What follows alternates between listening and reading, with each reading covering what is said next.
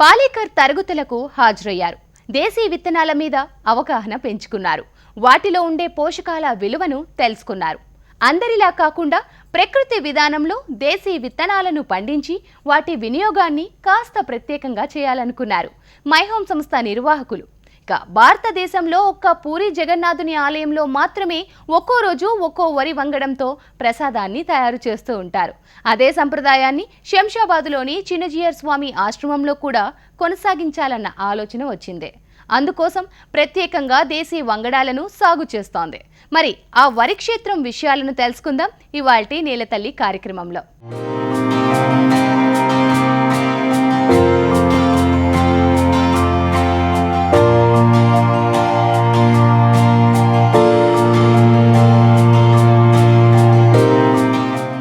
మన దేశంలో కొన్ని వేల రకాల వరి వంగడాలు అంతరించిపోయాయి. కానీ కొన్ని మాత్రమే ఇంకా మిగిలి ఉన్నాయి. ఎంతో మంది ప్రకృతి ప్రేమికులు మన దేశీ సంపదను ఇంకా రక్షిస్తున్నారు.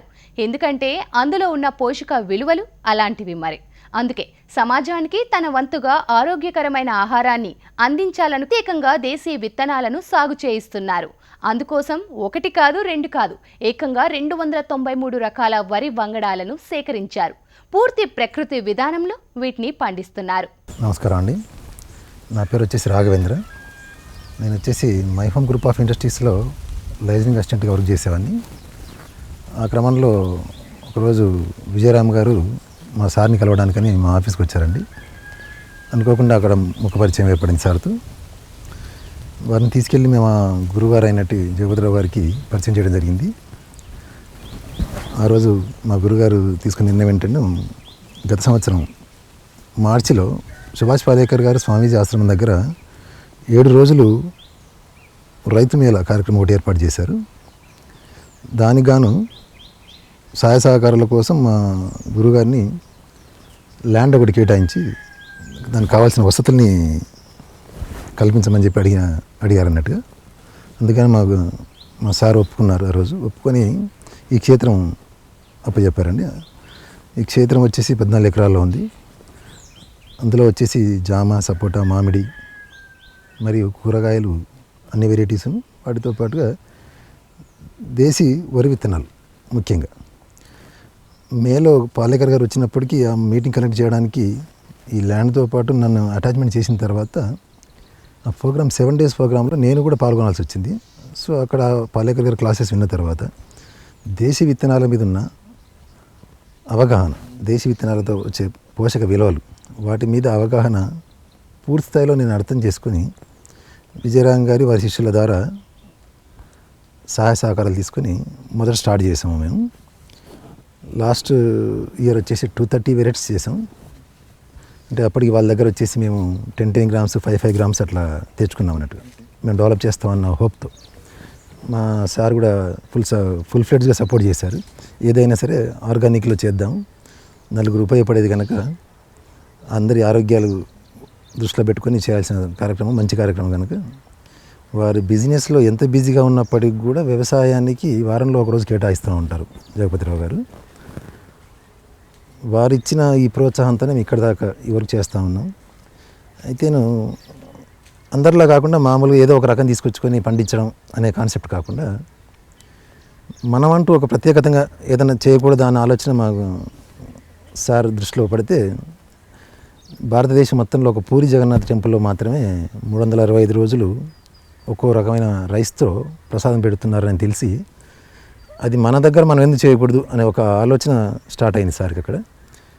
అక్కడి నుంచి మొదలుకొని విజయరామ్ వారి ద్వారా, వారి శిష్యుల ద్వారా విశాఖపట్నంలో కొన్ని మీటింగ్స్కి అటెండ్ అయినప్పుడు, ఇట్లా కొన్ని చోట్ల దేశీ విత్తనం మీద ఎక్కడైతే మీటింగ్స్ జరుగుతున్నాయి, దేశీ విత్తనం ఎక్కడైతే పంపిణీ జరుగుతుందో ఆ ప్రదేశాలు దర్శించి వాటి దగ్గర మేము కలెక్షన్ చేసుకునే విత్తనాలు ఈరోజు నా దగ్గర వచ్చేసి 293 రకాలు ఉన్నాయండి. వాటిలో గత సంవత్సరం 260, అంటే అవి 5 grams 10 grams కనుక మల్టిప్లై చేసే ఆలోచనలో 230 వెరైటీస్ వేసాం. మిగిలిన ఈ 63 వెరైటీస్ ఏవైతే ఉన్నాయో ఇవి క్వాంటిటీ కాస్త ఎక్కువ ఉండేది, 200 grams ఉండేది. వాటిలో 100 grams వేసి నార్మల్లో ఇంకో 100 grams అట్టి పెట్టుకున్నాం. ఒకవేళ ఈ వాతావరణంలో రాకపోతే కనుక మళ్ళీ ఎండాకాలంలో కానీ వర్షాకాలంలో కానీ అట్లా మనకు వచ్చేట్టుగా ప్లాన్ చేసుకొని ఈ 63 రకాలని ఈ సంవత్సరం చేసాం. దాంట్లో వచ్చేసి బ్లాక్ రైస్ అని చెప్పి, బర్మా బ్లాక్ అని చెప్పేసి, నవారా అని చెప్పేసి, చిట్టి ముత్యాలు 2 రకాలు ఉన్నాయి, వైట్ అండ్ బ్రౌన్. దాంట్లో కూడా బ్లాక్లో వచ్చేసి 4 వెరైటీస్ ఉన్నాయి. బ్రౌన్ రైస్ ఉంది మన దగ్గర, ఎల్లో రైసెస్ ఉన్నాయి. ప్రకృతి వ్యవసాయం ద్వారా పండించే ఏ విత్తనమైనా కూడా, ఏ కూరగాయ అయినా కూడా, ఏ ఆకుకూర అయినా కూడా అది వారికి ఆరోగ్యకరమైనదే. సో ఇవన్నీ నాకు నేనుగా ఉదయం చేసుకున్న తర్వాత మా గురుగారితో ఆలోచిస్తే, మా గురుగారు కూడా అప్పటికే ఆయనకు పూర్తి ఒక ఆలోచన ఉంది. ఎన్నాళ్ళున్నా కూడా ఆర్గానిక్ అనేదే బెటరు హెల్త్కి, ఎవరికైనా కూడా మన ద్వారా కొంతమందికి మేలు జరగాలి. సో ఆ మేలు ఒకరితో నీకు ఇంట్లో చేసుకోవడం కాదు. సో ఇక్కడ మనకు చిన్నజీర స్వామి ఆశ్రమం పక్కలే ఉంది. సో వారి అక్కడ స్టాచ్యూ ఆఫ్ ఈక్వాలిటీ అనే విగ్రహాన్ని ఏర్పాటు చేస్తున్నారు వచ్చే సంవత్సరం మార్చిలో. సో ఆ కార్యక్రమం ఏదైతే ఉందో అక్కడి నుంచి స్టార్ట్ చేద్దాం. ఏ విధంగా 365 రోజులు ఏదైతే అనుకుంటున్నామో సంవత్సరానికి 365 రకాల వరి విత్తనాలు మనం ఎందుకు ప్రసాదంగా వచ్చే ప్రతి ప్రజలకి ఎందుకు పెట్టకూడదు? ప్రసాదంతో పాటు మనం ఏ ప్రసాదం అయితే అక్కడ పెడుతున్నామో, ఏ రకమైన వరి అయితే అక్కడ పెడుతున్నామో వాటి లక్షణాలు, వాటి నుంచి అంటే మనిషికి కావాల్సిన పీచు పదార్థం ఏ రైస్లో ఎక్కువ ఉన్నాయి డిస్ప్లే పెడదాం. తర్వాత వచ్చేసి షుగర్ పేషెంట్స్ అని, క్యాన్సర్ పేషెంట్స్ అని చెప్పి, బ్లాక్ రైస్ తిన్న వాళ్ళకి ఇవి చాలా యూజ్ అవుతాయి. సో ఇలాంటి వాటి లక్షణాలన్నీ ఆ నేమ్ ప్లేట్ పైన పెట్టేసి ఆ లక్షణాలన్నింటినీ పొందుపరిచి వచ్చిన వాడికి ప్రసాదం కింద ఇవ్వగలిగితే కొన్నాళ్ళకైనా ఆ వచ్చిన వాళ్ళలో 10 మందిలో ఒకరో ఇద్దరన్నా ముందుకు రాగలరు. నేను కూడా ఆర్గానిక్ చేయగలను అనే కాన్సెప్ట్ కానీ, లేదంటే న్యాచురల్ ఫుడ్ నేను తినాలనుకుంటున్నాను, నేను చేసుకోవాలనుకుంటున్నాను, పండించుకోవాలనుకుంటున్నాను అనే ఆలోచనతో ముందుకు వస్తాడని ఒక చిన్న భావంతో స్టార్ట్ అయింది ఇది. ప్రకృతి సాగులో కలుపు సమస్య అధికంగా ఉంటోంది. కొద్దిపాటి మెలకువలను పాటించి ఎలాంటి రసాయన మందులు వాడకుండా 100% నివారించవచ్చు అంటున్నారు రైతు రాఘవేందర్ రావు. వేప నూనె, కానుగ నూనె, వావిలాకు కషాయాల వినియోగంతో వరి సాగులో కలుపును నివారించడమే కాకుండా పంట దిగుబడిని పెంచుకోవచ్చు అంటున్నారు. అందరూ దిగుబడి రావాలని చెప్పేసి కెమికల్స్, ఫెర్టిలైజర్స్ వాడుకుంటూ పోతే అందరికీ ఆరోగ్యకరమైన భోజనం పెట్టలేని పరిస్థితిలో ఆ తిన్న వ్యక్తులందరూ హాస్పిటల్ చుట్టూ తిరగాల్సి వస్తుంది. అదే కనుక ప్రకృతి వ్యవసాయం వైపు అడుగు వేస్తే కనుక పండించే కొంత విత్తనమైనా పర్వాలేదు, నలుగురికి షేర్ చేసుకుంటూ ఆ వచ్చిన దళారీలకు కాకుండా రైతు స్థాయి వాళ్ళకు ఇచ్చిపుచ్చుకోవడం లాంటి వ్యవస్థను తీసుకురాగలిగితే మళ్ళీ మనం ఆరోగ్యవంతమైన రైతులను చూడొచ్చు, ఆరోగ్యవంతమైన మనుషులను చూసే రోజులు వస్తాయి. దిగుబడి విషయంలో వచ్చేసి హైబ్రిడ్ విత్తనాలకి వీటికి ఇంకొక తేడా ఏంటంటే, హైబ్రిడ్ విత్తనాలకి వరి అనేసరికి నీళ్ళు ఎప్పుడు పెట్టాల్సి ఉంటుంది. ఈ దేశీ విత్తనాలకి నీళ్ళు ఎప్పుడు పెట్టాల్సిన అవసరం ఉండదండి. ఎవరి 7 డేస్కి ఒకసారి నీరు ఇచ్చినా కూడా పంట ఎంత బాగా రాగలుగుతుంది. పంట బలం ఎక్కువ, ఆ విత్తనాల ద్వారా ఉన్న లక్షణాలకి బలం ఎక్కువ. నేలలో ఎలాంటి లక్షణాలు ఉన్నా సేకరించుకొని ఎదగలిగేంత శక్తి వాటికి ఉంది. సో అంత మొండిగా బతికిన విత్తనం మనం ఎంత మొండిగా రోగానైనా కూడా తగ్గించే లక్షణాలు వాటిని క్రియేట్ చేసుకుని మనకు మంచి లక్షణాలను ఇవ్వగలుగుతుంది. ముఖ్యంగా రైతులకు వచ్చే సమస్య ఏంటంటే కలుపు సమస్య. కలుపు రావడానికి భూమిలో గడ్డి విత్తనం ఎక్కడైతే మిగిలిపోయి ఉంటుందో సకాలంలో వాటిని మనం కల్టివేషన్ చేసుకున్నప్పుడు మాత్రమే కలుపు అనేది అభివృద్ధి చెందుతుంది. అదే కనుక మీరు వరి నారు వేయడానికి 10 రోజుల ముందే ఒక తడి వచ్చేసి కల్టివేషన్ చేసి వదిలేస్తే ఎక్కడైతే మిగిలిపోయిన గడ్డి విత్తనాలు అన్నీ మొలకొస్తాయి. మొలకొచ్చిన తర్వాత మీరు పోసుకున్న నారు 21 రోజుకు 22 రోజులకి ఏదైతే మీరు నారు పెట్టాల్సిన సమయం ఉందో దానికి 2 రోజుల ముందు మళ్ళీ దుక్కు దిన్నేసి మురగబెట్టేస్తే విత్తనం అనేది పూర్తి స్థాయిలో మురిగిపోతుంది. దాని ద్వారా 100% కలుపును నియంత్రించవచ్చు. రెండో విషయం నివారణలో భాగంగా వచ్చేసి పెస్టిసైడ్స్ ఎలాంటివి వాడకుండానే పూర్తి స్థాయి నివారణ చేయొచ్చు. ఏ విధంగా? పంట నాటుకున్న మొదటి వారంలో నీమ్ ఆయిల్ స్ప్రే చేసుకోవడం, 10 నుంచి 15 రోజుల వ్యవధిలో నీమ్ కేక్ని పొలంలో జల్లేసుకోవడం. వీటి ద్వారా ఏంటంటే చేనుకు రావాల్సిన ఏదైతే గాలి ద్వారా కానీ లేదంటే కీటకాల ద్వారా కానీ వచ్చే బ్యాక్టీరియా ఏదైతుందో వాటిని పూర్తి స్థాయిలో రానివ్వకుండా చేయగలుగుతుంది నీమ్ ఆయిల్ కానీ నీమ్ కేక్ కానీ. పంట 30 రోజులు వచ్చే కాలం నాటికి కానుగ నూనె, చాలామంది తెలియదు కానుగ నూనె స్ప్రే చేస్తారని. కానుగ నూనె స్ప్రే చేస్తే చాలా పంటను ఎలాంటి కీటకం కూడా దరిదాపులో చేరలేనంత ఇదిగా ఉంటుంది. ఏ మచ్చ పురుగు కానివ్వండి, కాండం తొలిచే పురుగు కానివ్వండి, స్టెమ్ బోరర్ అంటాం, అవి కూడా ఏది కూడా దరిదాపులో చేరదు. పాల గింజ ఉన్నప్పుడు మరొక్కసారి కానగ నూనె కనుక పంట కాలంలో 3 సార్లు కానగ నూనె పిచికారీ చేసుకుంటే సరిపోతుంది.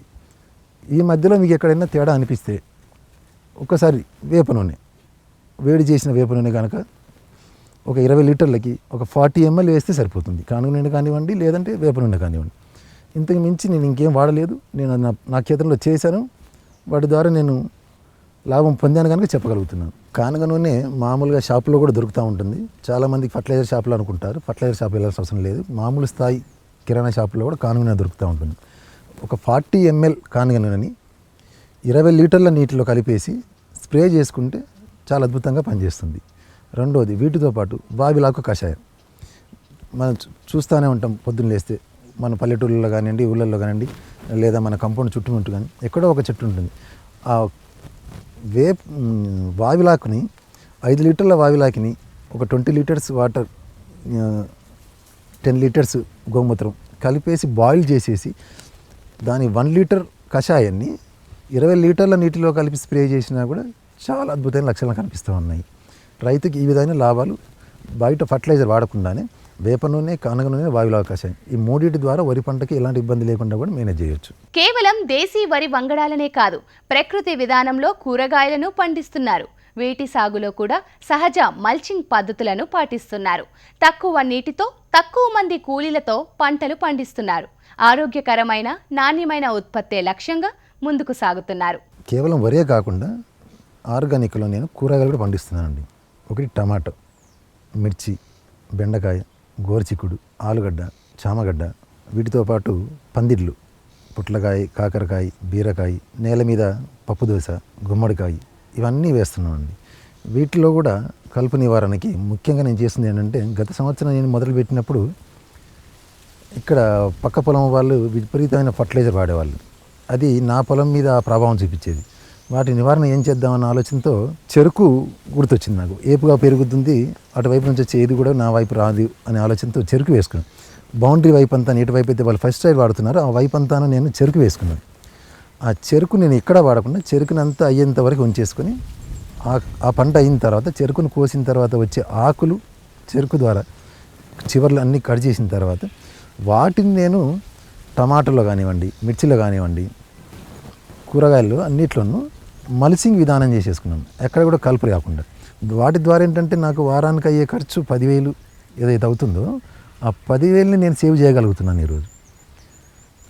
ఇదే కాకుండా జనుము విత్తనాలు కూడా నేను ఏంటంటే ఖాళీ ఉన్న ఏదైతే నేల ఉందో నేలలో చల్లేసి వదిలేస్తూ ఉన్నాను.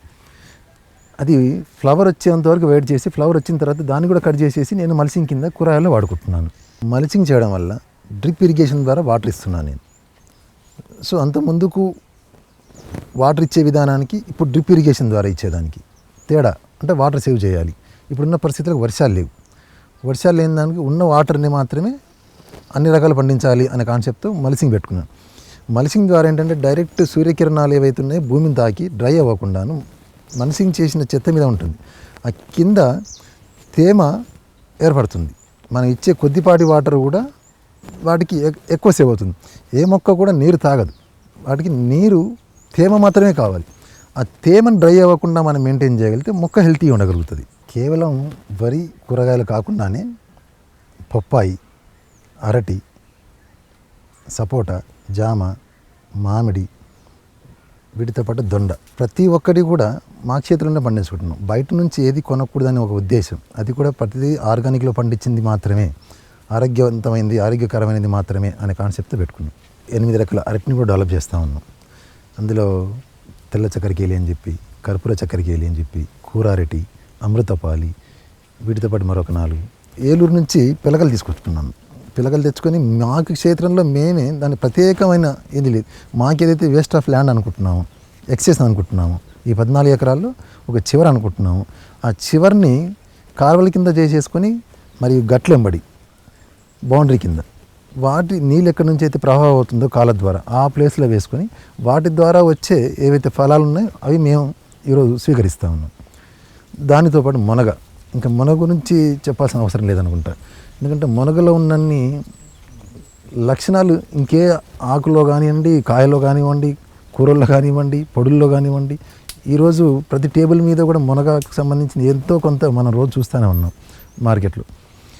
మునగ ఆకు ద్వారా చాలామంది తెలియదంటే మునగ ఆకుని రోజు ఉదయం 5 గ్రామ్స్ 2 ఉంటల కింద కట్టేసుకొని రోజు కనుక పొద్దున్నే ఏది భోజనం చేయకముందు బలిగడపన కనుక తీసుకున్నట్టయితే వ్యాధి నిరోధక శక్తి పెరిగిపోయి వాళ్ళలో కొత్త ఉత్సాహం కనబడుతుంది అన్నట్టు. అది చిన్న నుంచి ముసలి ముస్క వరకు అందరూ ఎవరైనా తీసుకోవచ్చు. వీటితో పాటు ఒక రైతు స్థాయి క్షేత్రంలో ఏది లేదనకుండా మేము కోళ్ళు కూడా పెంచుతూ ఉన్నామండి. వాటిలో నాటుకోళ్ళు ముఖ్యంగా. మీరు చూస్తున్న వెరైటీ వచ్చేసి బహుమలి అండి.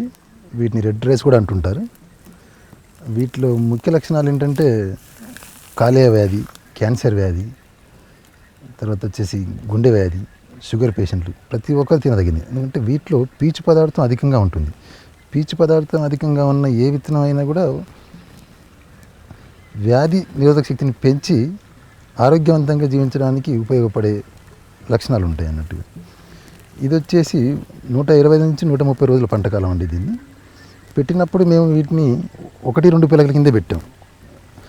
అది పంటకాలం నాటికి 60 పిలకలు వచ్చాయండి. మీరు ఇక్కడ గమనించినట్టయితే నీటి వ్యవస్థ కూడా ఇది వచ్చేసి 1 వీక్ ఒకసారి మాత్రమే. ఆరుతడి జనరల్గా వరి అంటేనే అందరికీ తెలిసింది ఏంటంటే నీరు బాగా ఇవ్వాలి, ఎప్పుడు ఫుల్ ఫ్లెడ్జ్గా నీళ్ళు ఉండాలి అనుకుంటారు. అలా కాకుండా మీరు ఇక్కడ చూసినట్టయితే దీని హైట్ ప్రస్తుతం 4.5 అడుగులు అండి. ఆ విధంగా నీళ్ళు ఇచ్చినప్పటికీ కూడా జనరల్గా మామూలు హైబ్రిడ్ లక్షణాల్లో అయితే కనుక నీరు సరిగ్గా ఇవ్వకపోతే 1.5-2 అడుగుల్లో ఆగిపోయి విత్తనాలు కూడా వచ్చి రానట్టుగా ఉంటాయి. మీరు ఇక్కడ గింజను కూడా అబ్జర్వ్ చేసినట్టయితే చాలా లూజ్గా కనబడుతుంది. వీటి ద్వారా ఇంత లూజ్గా ఉండడం వల్ల ఏంటంటే పసుపు తెగులు అని చెప్పేసి, నల్ల తెగులు అని చెప్పేసి, బూజు తెగులు అని చెప్పేసి ఇవేవైతే పంటను ఆశించేటివి ఉన్నాయో అవి రావన్నట్టు. గాలి వెలుతురు ఎప్పుడైతే క్లియర్గా ఉంటుందో వాటిలో ఏ సైడ్ ఎఫెక్ట్స్ ఉండవండి.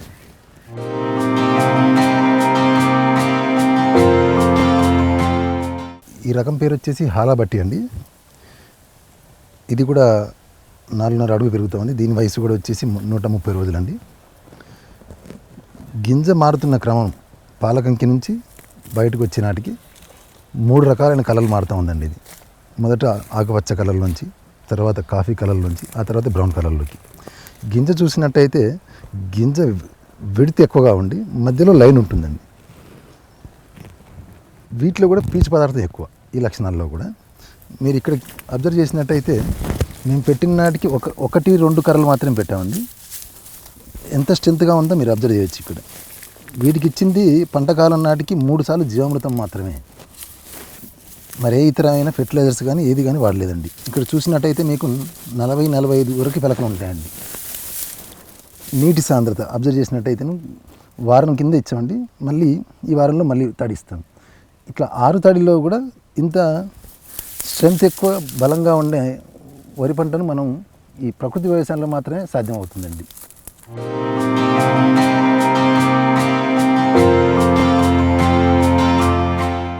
మీరు చూస్తున్న ఈ వెరైటీ పేరు వచ్చేసి దుబరాజ్ అండి. దీన్ని ఎక్కువగా ఉత్తరప్రదేశ్, మధ్యప్రదేశ్ ప్రాంతాల్లో పండిస్తూ ఉంటారు. మన దగ్గర ప్రాంతాల్లో అయితే తెలుగు రాష్ట్రాల్లో వీటిని మీసాల వడ్లు అంటుంటారు. మీసాల వడ్ల పంట అంటుంటారు. వీటిలో ముఖ్యంగా ఏంటంటే వాళ్ళకున్న నీటి వసతి చాలా తక్కువ, ఎండ తీవ్రత ఎక్కువ. అలాంటి ప్రదేశంలో పండే పంట అన్నట్టుగా. అంటే చాలా మొండి రకం. మనం పండించే ఈ 293 రకాలు ఇదొక రకం అండి. మీకు దీన్ని చూసినట్టయితే చాలా గోధుమకి దీనికి దగ్గర పోలికలు చాలా ఎక్కువగా ఉంటాయి. గోధుమలో ఉండే లక్షణాలు ఏవైతే ఉన్నాయో ఈ రైస్లో చాలా క్లియర్గా కనపడుతూ ఉంటుంది. కొత్తగా ఎవరైనా చూసిన వాళ్ళైతే ఈ గోధుమ అనుకునేంత స్థితిలో కనబడుతూ ఉంటుంది అన్నట్టు. పిలకల విషయానికి వస్తేనేమో వీటిని పెట్టిన నాటికి 1-2 పిలకలే అండి. కాబట్టి వీటి పిలకల ఉత్పత్తిలో మాత్రం 32 నుంచి 40 వరకు ఉన్నాయండి. మీరు అబ్జర్వ్ చేసినట్టయితే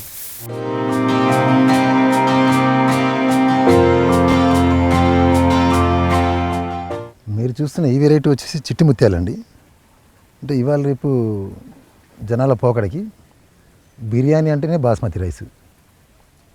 ఆ కల్చర్లో నాటు విత్తనాల్లో కూడా బాస్మతిని మించిన రైస్ ఉంది అని గుర్తించలేకపోయారు. వాటిలో చెప్పుకోదగ్గది ఈ చిట్టి ముత్యాలు. 2 సెంటెడ్ వెరైటీ అన్నట్టుగా. ఇది అగ్రికల్చర్ ఇన్స్టిట్యూట్ వాళ్ళు డెవలప్ చేసింది కాదు, అంతకన్నా ముందు నుంచి మన తాతల కాలం నుంచి ఉన్న విత్తనం అండి ఇది. ఈ చిట్టి ముత్యాలకు ఉన్న ప్రాధాన్యత మన ఇంట్లో న్యాచురల్గా వండినా కూడా ఆ స్మెల్ని ఆ అమోఘమైన స్మెల్ పక్కింటి వరకు వ్యాపించేంత మంచి లక్షణం కలిగిన విత్తనం ఇది. అయితే దీని లక్షణం బాస్మతిలో వచ్చేసి చాలా పొడుగ్గా ఉంటుంది. బట్ కాకపోతే సన్నాలు, ప్రతి ఒక్కరు ఇష్టపడేది సన్నాలు. సోనమాసిరి అనగానే సన్న బియ్యం అనుకుంటారు. దానికన్నా సన్నగా, దానికన్నా చిన్నదైనది ఈ చిట్టి ముత్యాలు. ఇంత మంచి విత్తనాలను ఉంచుకున్న మనం పాశ్చాత్య పోకట్లో బిర్యానీ మీద మోజు పెంచుకున్నాం. అదే బిర్యానీ రైస్ని వీటి ద్వారా కూడా మనం డెవలప్ చేసుకోవచ్చు. అంటే ఈక్వల్గా బిర్యానీతో సమానంగా వండుకొని తినవచ్చు. అంత గుడ్ లక్షణం అన్నట్టుగా ఇది.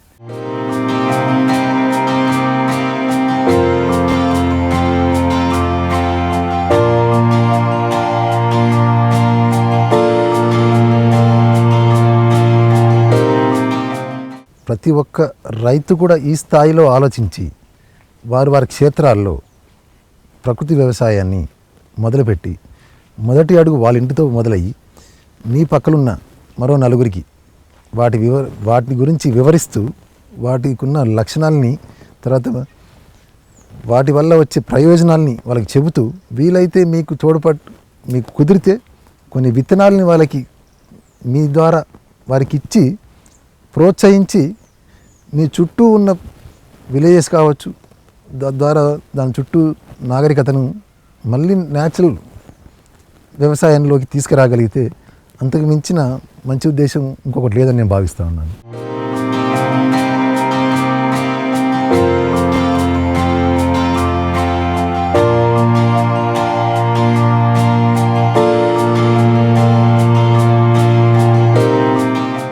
ఇవి ఇవాల్టి నేలతల్లి కార్యక్రమం విశేషాలు.